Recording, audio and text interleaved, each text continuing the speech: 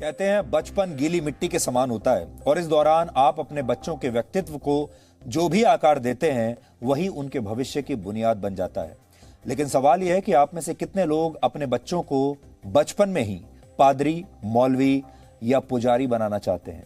अगर आप ऐसा चाहते भी हैं तो क्या आपका बच्चा ये बनना चाहता है? क्या वो भी यही चाहता है? आज के हमारे विश्लेषण का आधार यही सवाल है और इन्हीं का जवाब ढूंढते हुए आज हम इस बात पर चर्चा करेंगे आपके साथ कि जब भारत एक धर्मनिरपेक्ष देश है तो फिर सरकार के खर्चे पर बच्चों को धार्मिक शिक्षा क्यों दी जानी चाहिए, और अगर भारत में सभी को अपना धर्म और पूजा पद्धति चुनने की आजादी है तो फिर बच्चों से यह आजादी क्यों छीन ली जाती है। इस विश्लेषण के केंद्र में है असम सरकार का एक नया फैसला जो बहुत बड़ा फैसला है।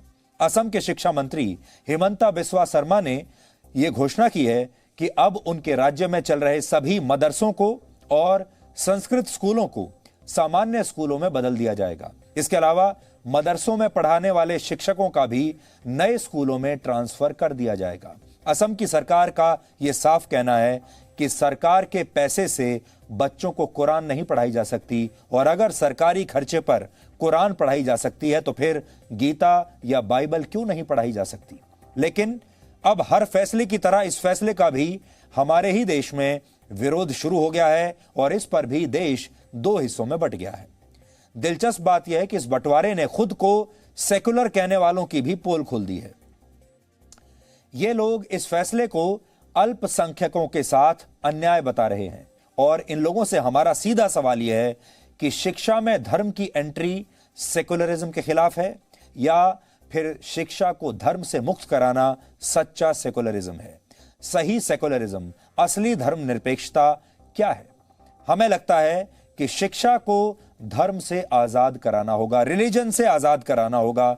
यही सच्चा सेकुलरिज्म है और आज यही मुद्दा लेकर हम आपके सामने आए हैं, देश के सामने आए हैं। आज हम ये समझने की कोशिश करेंगे कि जिस देश में यूनिफॉर्म सिविल कोड की मांग उठ रही है उसी देश में सरकारी खर्चे पर बच्चों को धार्मिक शिक्षा क्यों दी जानी चाहिए, यह रुकती क्यों नहीं।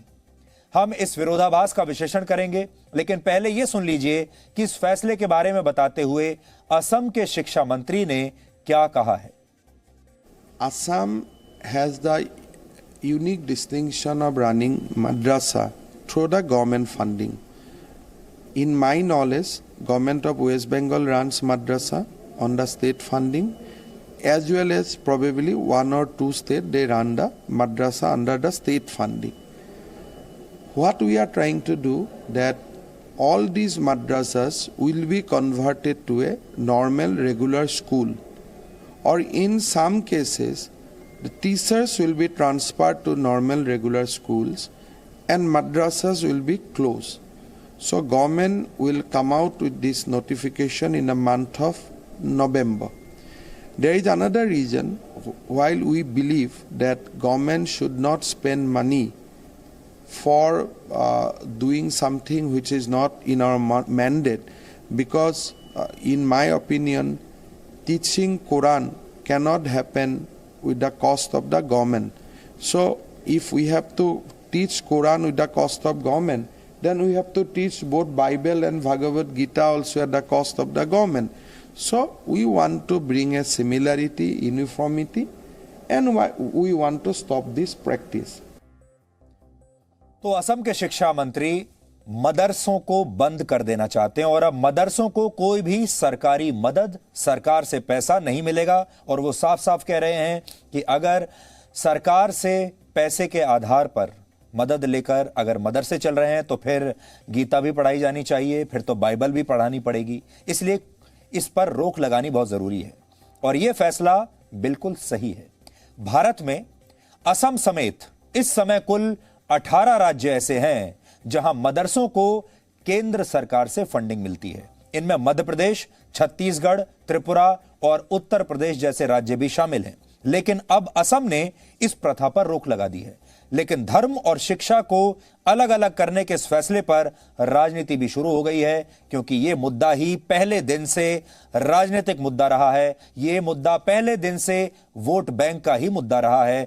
बच्चों से किसी को कोई लेना देना नहीं। धर्म के प्रचार से किसी को कोई लेना देना नहीं। ये असल में पूरी जो कहानी है ये राजनीति पर केंद्रित है, इसलिए राजनीति तो इस पर होगी ही। इस पर अलग अलग राजनीतिक दलों ने अपना अपना पक्ष रखा है। वो क्या पक्ष है पहले आप ये भी देख लीजिए और फिर हम इसका विश्लेषण शुरू करेंगे।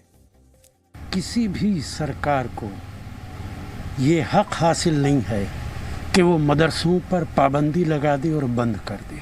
सरकार ज़्यादा से ज़्यादा ये कर सकती है कि उन पे जो फाइनेंशियल मदद है उस पर वो पाबंदी लगा दे। मदरसों पर पाबंदी नहीं लगाई जा सकती।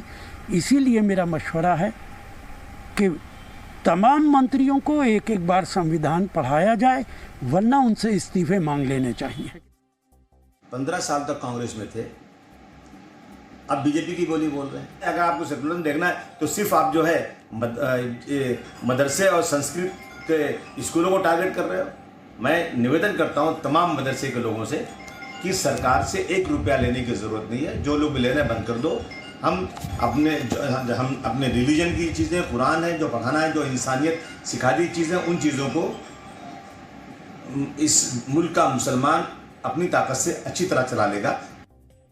मैं उनके विचारों से सहमत नहीं हूँ। गीता भी, बाइबल भी, रामायण भी, कुरान भी, जो धार्मिक ग्रंथ हैं वो सब अच्छाइयों के प्रतीक हैं। लिहाजा ऐसे जो कार्यक्रम लागू करने से पहले व्यापक विचार विमर्श की आवश्यकता होनी चाहिए और आसाम सरकार को इस पर पुनर्विचार करना चाहिए।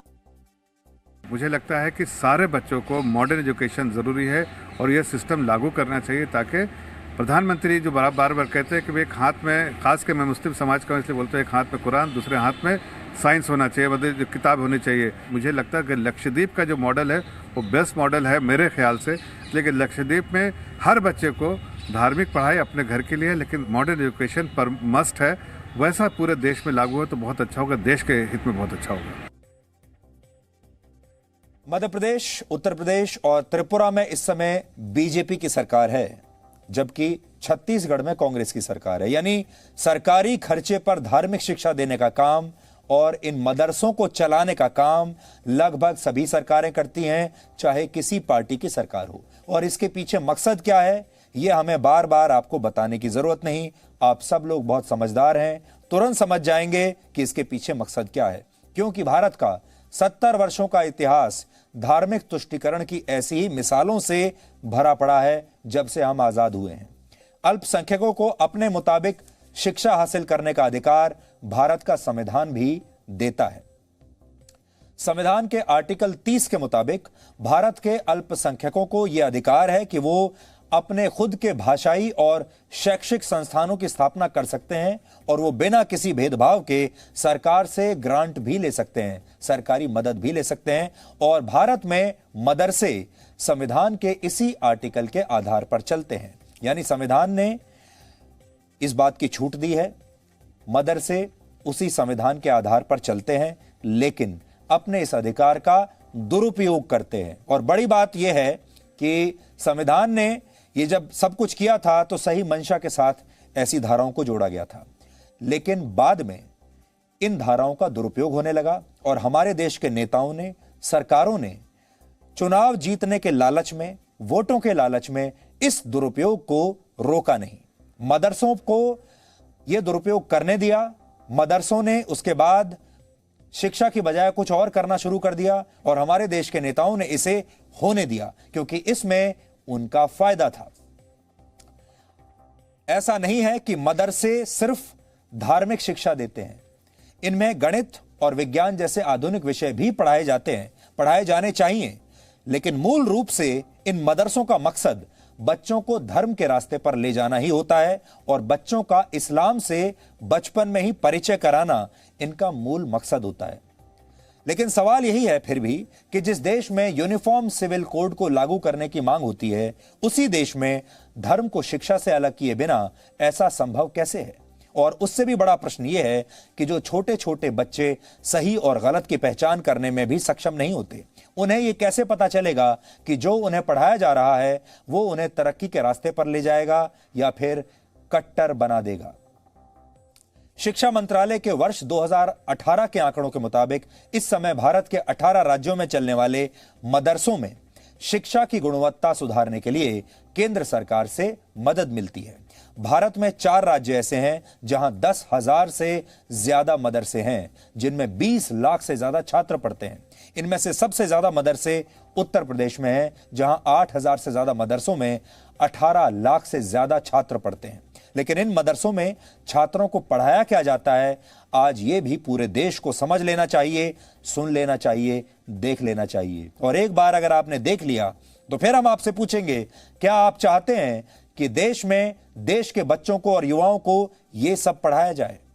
मूल रूप से मदरसों में छात्रों को इस्लामिक शिक्षा दी जाती है। इनमें कुरान में कही गई बातों को पढ़ाया जाता है और इस्लामिक कानूनों और इस्लाम से जुड़े दूसरे विषयों की पढ़ाई भी यहां पर होती है। कहा जाता है मदरसों की शुरुआत 7वीं शताब्दी में तब हुई थी जब धार्मिक शिक्षा हासिल करने के इच्छुक लोगों को मस्जिदों में इस्लाम धर्म के विषय में पढ़ाया जाने लगा।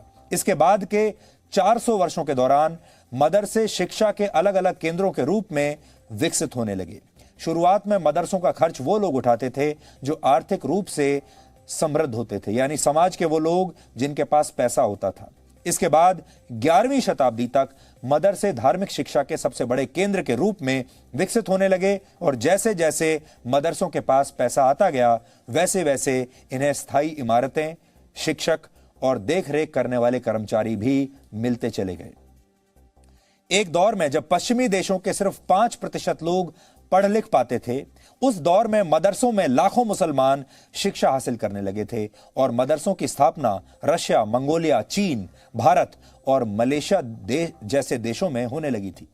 लेकिन 19वीं और 20वीं शताब्दी के दौरान अंग्रेजों का वर्चस्व बढ़ने लगा पूरी दुनिया में और दुनिया भर में ईसाई मिशनरी स्कूलों की स्थापना होने लगी। इन स्कूलों की स्थापना के पीछे का मकसद भी वैसे तो धर्म का प्रचार करना ही था, लेकिन फर्क सिर्फ इतना था कि अंग्रेजों ने ऐसा करने के लिए विज्ञान, गणित, टेक्नोलॉजी और अंग्रेजी की शिक्षा को आधार बनाया और इससे लोगों को रोजगार मिलने लगा और ज्यादा से ज्यादा लोग ईसाइयों के स्कूलों में आने लगे क्योंकि इससे रोजगार मिलता था। इससे आगे उन्हें और ज्यादा बेहतर मौके मिलते थे रोजगार पाने के और अच्छा जीवन जीने के, इसलिए लोग ईसाइयों के स्कूलों में पढ़ने लगे। जबकि आधुनिक शिक्षा के अभाव में मदरसों से पढ़कर निकलने वाले छात्रों के लिए रोजगार की कमी होने लगी और धीरे धीरे ये लोग आर्थिक और सामाजिक रूप से पिछड़ने लगे। भारत में मदरसों की स्थापना 10वीं शताब्दी से होने लगी थी, यानी जैसे ही मुस्लिम आक्रमणकारियों ने भारत के बड़े हिस्से पर कब्जा किया, वैसे ही भारत में मदरसों के माध्यम से इस्लाम का प्रचार किया जाने लगा। यानी सबसे पहले यह तय किया गया कि भारत में जो बच्चे हैं, जो युवा हैं, सबसे पहले उनका ब्रेन वॉश किया जाए। असम में जिन मदरसों को स्कूलों में बदलने का फैसला किया गया है, उनकी संख्या 1500 से ज्यादा है। इनमें से 614 सरकारी और 900 प्राइवेट मदरसे हैं। सरकार इन पर हर साल 3 से 4 करोड़ रुपए खर्च करती है, लेकिन अब इन मदरसों को सरकार से मिलने वाली ये मदद बंद हो जाएगी। जबकि संस्कृत स्कूलों पर हर साल करीब 1 करोड़ रुपए ही खर्च होते हैं। लेकिन ये भेदभाव किसी एक राज्य तक सीमित नहीं है। यहां पर आप सबको ये बात भी नोट करनी होगी कि मदरसों को सरकार ज्यादा पैसा देती है, ज्यादा ग्रांट देती है, लेकिन संस्कृत स्कूलों को उसके मुकाबले बहुत कम पैसा मिलता है, बहुत कम ग्रांट मिलता है। यह भी एक भेदभाव है। उदाहरण के लिए, यह उदाहरण आपको बहुत अच्छा भी लगेगा और आपकी आंखें भी खोल देगा।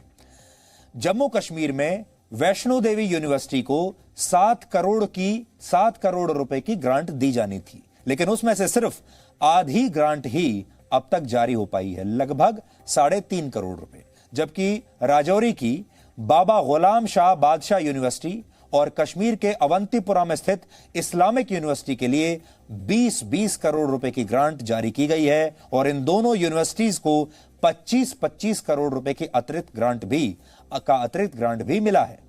तीनों यूनिवर्सिटीज को राज्य द्वारा फंड किया जाता है। ऐसे में यह भेदभाव चौंकाने वाला है।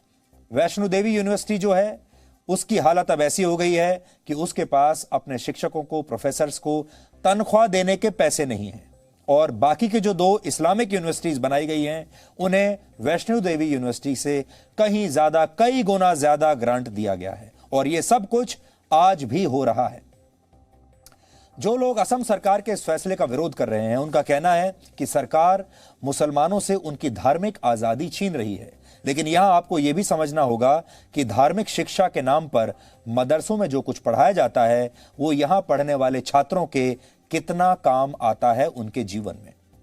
पीएचडी की पढ़ाई करने वाले छात्रों द्वारा की गई एक थीसिस का डिजिटाइजेशन करने वाली एक संस्था जिसका नाम है शोध गंगा, इस संस्था के आंकड़ों के मुताबिक मदरसों में पढ़ने वाले सिर्फ 2% छात्र ही भविष्य में उच्च शिक्षा हासिल करना चाहते हैं, जबकि 42% छात्रों का उद्देश्य भविष्य में धर्म का प्रचार करना होता है। यानी धर्म की शिक्षा ली और उसके बाद धर्म का ही प्रचार करना है। यानी 42% छात्र इस्लाम का प्रचार करना चाहते हैं इन मदरसों से निकलने के बाद। 16% छात्र शिक्षक के रूप में धर्म की शिक्षा देना चाहते हैं। धर्म की शिक्षा का मतलब इस्लाम की शिक्षा देना चाहते हैं। तो आप सोच लीजिए, 42% इस्लाम का प्रचार करना चाहते हैं, 16% इस्लाम की शिक्षा देना चाहते हैं और 8% छात्र इस्लाम की सेवा करना चाहते हैं, जबकि 30% का मकसद मदरसों से शिक्षा हासिल करने के बाद सामाजिक कार्य करना होता है, जबकि 2% छात्र भविष्य में धर्म गुरु बनना चाहते हैं। ये चाहते हैं मदरसों में पढ़ने वाले छात्र, यानी उनके जीवन में चारों तरफ सिर्फ धर्म ही धर्म है, सिर्फ इस्लाम का प्रचार है। कोई इस्लाम का प्रचार करना चाहता है, कोई इस्लाम को पढ़ाना चाहता है, कोई इस्लाम की सेवा करना चाहता है। अब सोचिए, ऐसे में देश की सेवा कौन करेगा, समाज की सेवा कौन करेगा? बिना धर्म को बीच में लाए अच्छे प्रोफेशनल्स कहां से आएंगे? इंजीनियर कहां से आएंगे? वैज्ञानिक कहां से आएंगे? डॉक्टर कहां से आएंगे? अच्छे प्रोफेसर्स कहां से आएंगे जो धार्मिक आधार पर बंटवारा ना करें? आप देखिए, आज भी हम अपने बच्चों को, जो अच्छे माँ बाप हैं, वो शुरुआत में बचपन में अपने बच्चों को ये भी नहीं बताते कि जातियां क्या होती हैं, धर्म क्या होते हैं। वो कभी अपने बच्चों से ये नहीं कहते कि वो अपने दोस्त जाति के आधार पर बनाएं, धर्म के आधार पर बनाएं। बच्चे आकर वापस कभी अपने माँ बाप से जाति और धर्म के बारे में कोई प्रश्न भी पूछते हैं तो जो समझदार माँ बाप होते हैं वो उनको यही कहते हैं कि अभी ये सब जानने की उनकी उम्र नहीं है, बाद में बड़े होकर वो अपने आप सब समझ जाते हैं। लेकिन जो पढ़े लिखे माँ बाप हैं वो अपने बच्चों को इस तरह की चीज़ों से दूर रखते हैं, धर्मनिरपेक्ष बनाने की कोशिश करते हैं, जाति पाति मानने से उन्हें रोकते हैं। लेकिन मदरसों में ठीक इसके उल्टा हो रहा है। यानी मदरसों से पढ़ने के बाद विज्ञान का या टेक्नोलॉजी के क्षेत्र में सफल होने की इच्छा नाम मात्र के छात्रों की होती है। लेकिन हमें लगता है कि इसके लिए छात्र नहीं बल्कि वो पूरी की पूरी व्यवस्था दोषी है जो धर्म की आड़ में छात्रों को आधुनिक शिक्षा से वंचित कर रही है, उन्हें स्किल से वंचित कर रही है। और यह हाल तब है जब भारत में रहने वाले 20 करोड़ मुसलमानों की साक्षरता दर दलितों यानी SC, ST और OBC वर्गों से भी कम है। नेशनल स्टैटिस्टिकल ऑफिस के आंकड़ों के मुताबिक भारत के सिर्फ 48% मुस्लिम छात्र ही 12वीं कक्षा तक की पढ़ाई कर पाते हैं। 48% मुस्लिम छात्र 12वीं तक पहुंच पाते हैं, जबकि 12वीं कक्षा से आगे की पढ़ाई सिर्फ 14% मुस्लिम छात्रों को ही नसीब हो पाती है।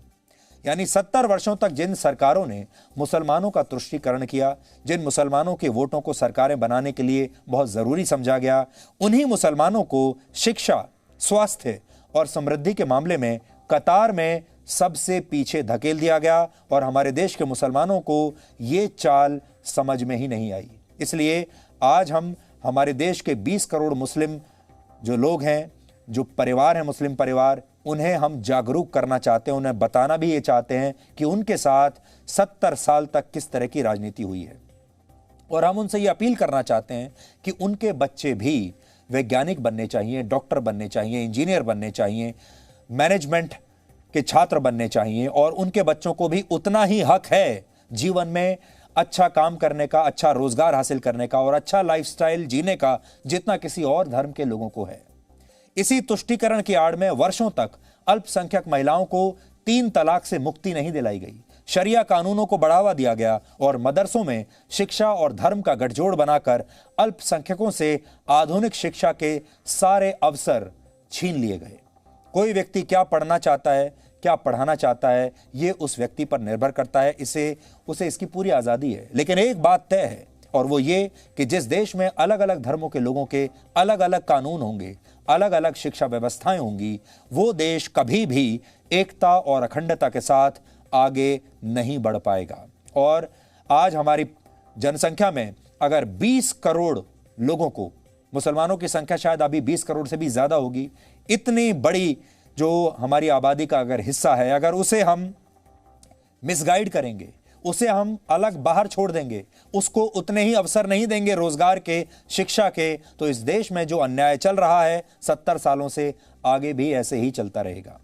छोटी उम्र के बच्चों को धार्मिक शिक्षा देना सही है या गलत, इस पर बहस हो सकती है, लेकिन एक बात बहुत साफ है, और वो ये कि विचारों के जो बीज बचपन में ही बच्चों के मन में बो दिए जाते हैं, वो एक दिन वृक्ष जरूर बन जाते हैं, बड़े बड़े पेड़ बन जाते हैं। अब इस वृक्ष से देश और समाज को सिर्फ कट्टरता के कांटे ही हासिल होंगे या फिर देश ज्ञान विज्ञान की छाया के साथ आगे बढ़ेगा, ये हमें और आपको मिलकर तय करना है। कोई बच्चा मुस्लिम परिवार में जन्म लेता है, हिंदू परिवार में, ईसाई परिवार में या फिर सिख परिवार में, इसमें उस बच्चे की अपनी कोई चॉइस नहीं होती। लेकिन जब बात पढ़ाई लिखाई की आती है तो बच्चों को उनकी पसंद के हिसाब से चुनाव करने का विकल्प जरूर दिया जाना चाहिए। धर्म का असली अर्थ पूजा पद्धति या कट्टर विचारों और कानूनों को बढ़ावा देना नहीं है। धर्म एक जीवन शैली है, कर्तव्य बोध है। धार्मिक हो जाने का अर्थ कट्टर हो जाना या हिंदू और मुसलमान हो जाना नहीं है। धार्मिक होने का अर्थ सिर्फ इतना है कि आप सही रास्ते पर चल सकें, सच्चे रास्ते पर चल सकें और अपने जीवन को आध्यात्मिक रूप से समृद्ध बना सकें, यह धर्म का अर्थ है। लेकिन बच्चों को धर्म और पंथ का अंतर समझने का मौका ही नहीं दिया जाता। जो बच्चा जिस धर्म को मानने वाले परिवार में पैदा होता है, उसे उसी धर्म को स्वीकार करना पड़ता है और सही स्वीकृति धीरे धीरे सही और गलत की पहचान करने की क्षमता को समाप्त कर देती है। यानी हमारे देश में नेट न्यूट्रलिटी की तो बात होती है, उस पर बहस होती है और यह कहा जाता है कि इंटरनेट पर सबका बराबर का अधिकार है और इंटरनेट इस्तेमाल करने की आज़ादी लोगों से नहीं छीनी जानी चाहिए। लेकिन धर्म के मामले में बच्चों को न्यूट्रलिटी का विकल्प कोई नहीं देता और यह देश के भविष्य के साथ सबसे बड़ा अन्याय है। धर्म की असली शिक्षा वो नहीं है जो आपकी सोचने समझने और तर्क करने की शक्ति को समाप्त कर दे, बल्कि धर्म की असली शिक्षा वो है जो आपको सवाल पूछने का सामर्थ्य दे, ताकि आप गलत को गलत मान सकें, कह सकें और अपना मार्ग खुद चुन सकें। धर्म का बचपन पर क्या प्रभाव पड़ता है, इसे समझने के लिए वर्ष 2015 में एक रिसर्च की गई थी। यह शोध 1200 बच्चों पर किया गया था, जिनमें से 24% ईसाई, 43% मुस्लिम और 27% धर्म को ना मानने वाले बच्चे थे। इस शोध में यह पाया गया कि जिन बच्चों के परिवार बहुत धार्मिक थे, वो बच्चे अपनी चीजों को दूसरों के साथ आसानी से बांटने के लिए तैयार नहीं होते थे। ऐसे बच्चे दूसरे बच्चों का आकलन उनकी सामाजिक और आर्थिक स्थिति के आधार पर कर रहे थे। धार्मिक परिवारों से आने वाले बच्चे शरारत करने वाले दूसरे बच्चों को सख्त सजा देने के पक्ष में थे, जबकि जिन बच्चों के परिवार किसी धर्म को नहीं मानते थे, वो ज्यादा मिलनसार, अपनी चीजों को बांटने वाले और दूसरे छात्रों को सजा न देने के पक्ष में थे। यह सर्वे सिर्फ 1200 बच्चों पर किया गया था, लेकिन इसलिए कोई चाहे तो इसे आसानी से खारिज भी कर सकता है।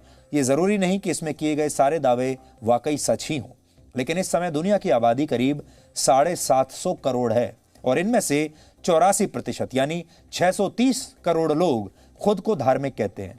फिर भी दुनिया में इस समय लगभग हर कोने में कोई ना कोई हिंसा हो रही है, कोई ना कोई युद्ध चल रहा है, कोई ना कोई लड़ाई झगड़ा चल रहा है और ज्यादातर जगहों पर यह सब धर्म के नाम पर हो रहा है। सोशल मीडिया पर भी जो जहर आप देखते हैं, धर्म के नाम पर हो रहा है। इसलिए यह फैसला आपको करना है कि आपको अपने बच्चों को धार्मिक बनाने के नाम पर उन्हें कट्टर बनाना है, असहनशील बनाना है, या फिर उन्हें धर्म के असली मायने समझाते हुए एक बेहतर इंसान बनाना है जो जीवन में अपने लिए अच्छा करता है, अपने परिवार के लिए अच्छा करता है और समाज के लिए भी कुछ अच्छा काम करता है। भारत में बच्चों को छोटी उम्र से ही धार्मिक रूप से कट्टर बनाए जाने की कहानी आज की नहीं है, बल्कि इसकी शुरुआत आजादी से पहले ही हो गई थी। 19वीं शताब्दी के अंत में भारत उथल पुथल के दौर से गुजर रहा था। अंग्रेज भारत में आ चुके थे और वो भारत की पहचान के साथ साथ भारत की शिक्षा व्यवस्था को भी बदलने लगे थे। तब भारत के मुसलमानों को लगा कि अंग्रेज उनकी धार्मिक पहचान को भी मिटा देंगे। और इसी का मुकाबला करने के लिए भारत में मदरसों की स्थापना तेजी से होने लगी। लेकिन धीरे धीरे मदरसे मुसलमानों को मनोवैज्ञानिक रूप से प्रभावित करने का काम करने लगे। मस्जिदों से मदरसों की करीबी बढ़ने लगी और धीरे धीरे शिक्षा के नाम पर इस्लाम को राजनीति का हथियार बनाया जाने लगा और मदरसे और मस्जिद लगभग एक यूनिट की तरह काम करने लगे। यह सिलसिला वर्ष 2001 तक चलता रहा। लेकिन जब 11 सितंबर 2001 को अमेरिका में बड़ा आतंकवादी हमला हुआ, तब पूरी दुनिया में मदरसों के प्रति सोच बदलने लगी। भारत में इसका असर पड़ा और मदरसों में दी जाने वाली शिक्षा में केंद्र सरकार का दखल बढ़ गया। लेकिन इसे पूरी तरह से रोकने या इस व्यवस्था को समाप्त करने की हिम्मत ना तो किसी पार्टी में थी, ना किसी नेता में थी, ना किसी सरकार में थी, क्योंकि 20 करोड़ वोटों का सवाल था। इस्लाम की दुनिया में मदरसे शिक्षा के केंद्र के रूप में जरूर जाने जाते थे, लेकिन सदियों से इनका इस्तेमाल राजनीतिक प्रभाव को बढ़ाने और सामाजिक ताने बाने को प्रभावित करने के लिए किया जाता रहा है। पूरी दुनिया में सबसे ज्यादा मदरसे इस समय आप सोचिए कहां होंगे। पूरी दुनिया में सबसे ज्यादा मदरसे पाकिस्तान में हैं। इनकी संख्या करीब 60,000 है। इनमें से 20,000 मदरसों को सरकार से मान्यता प्राप्त है, जबकि बाकी के मदरसे बिना इजाजत के चल रहे हैं। पाकिस्तान के इन मदरसों को पूरी दुनिया में आतंकवाद के लॉन्च पैड के तौर पर देखा जाता है। दुनिया में हुए कई बड़े आतंकवादी हमलों के तार इन्हीं मदरसों से जुड़े हुए थे। पाकिस्तान के मदरसों को लेकर European foundation for south Asian studies द्वारा एक स्टडी की गई, जिसमें इन मदरसों में पढ़ने वाले 60% बच्चों ने यह कहा कि पाकिस्तान को कश्मीर के मुद्दे पर भारत से युद्ध लड़ना चाहिए और कश्मीर को भारत से छीन लेना चाहिए। ये कहते हैं इन मदरसों में पढ़ने वाले बच्चे। जबकि पाकिस्तान के मदरसों में पढ़ने वाले 53% बच्चे जिहाद के समर्थक हैं। पाकिस्तान के मदरसों में बच्चों के मन में यह जहर सिर्फ धार्मिक शिक्षा के आधार पर नहीं भरा जाता, बल्कि बच्चों से हिंसा भी की जाती है और उन्हें बुरी तरह से मारा पीटा जाता है। पाकिस्तान मूल के लेखक तारिक फतेह ने कुछ समय पहले अपने ट्विटर हैंडल पर कुछ वीडियोस पोस्ट किए थे। उन्होंने दावा किया था कि ये वीडियो पाकिस्तान के मदरसों के हैं। ये वीडियो वाकई पाकिस्तान के हैं या कहीं और के, इस संदर्भ में हम स्वतंत्र रूप से कोई दावा नहीं कर सकते। लेकिन जो तस्वीरें उन्होंने पोस्ट की हैं वो पाकिस्तान की हों या कहीं और की हों, इन तस्वीरों से मदरसों में छात्रों के साथ हिंसा की बात जरूर साबित होती है। इसलिए आप भी इन तस्वीरों को देख सकते हैं जो तारिक फतेह ने पोस्ट की हैं अपने ट्विटर हैंडल पर।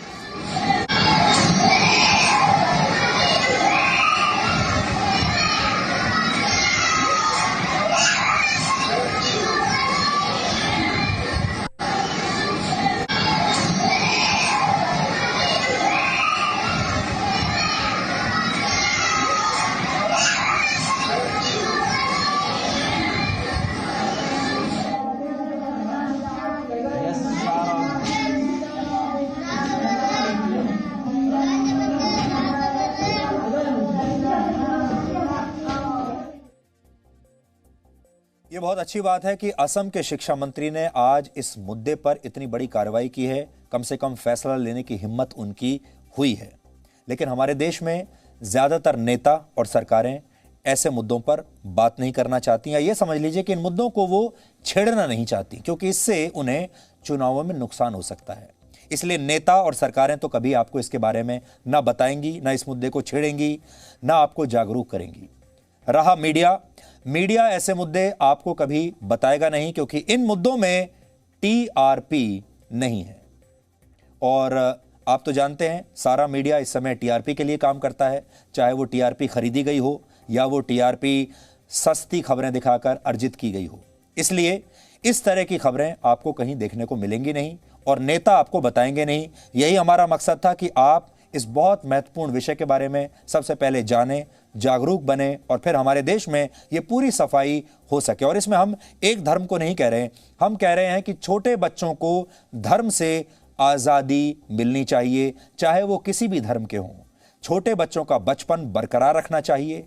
छोटे बच्चों को निस्वार्थ भाव से उनकी चंचलता को बरकरार रखते हुए, उनके बचपन को बरकरार रखते हुए धर्म से कुछ वर्षों तक बिल्कुल आज़ाद रखना चाहिए। उन्हें इस बारे में पता भी नहीं लगना चाहिए कि क्या धर्म होता है, क्या जाति होती है, क्योंकि बाद में तो उन्हें इस सारी चीज़ों के बारे में हमारा समाज, हमारी व्यवस्थाएं बता ही देंगी और उन्हें इससे संघर्ष भी करना पड़ेगा। लेकिन उनका बचपन इतनी जल्दी क्यों खराब करना है? इसलिए ये जो मुहिम है ये किसी एक धर्म के खिलाफ नहीं है।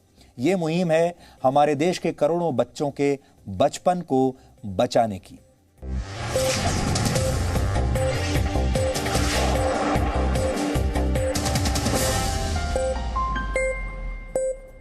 Presenting B News app, available on Google Play and App Store. Download it now.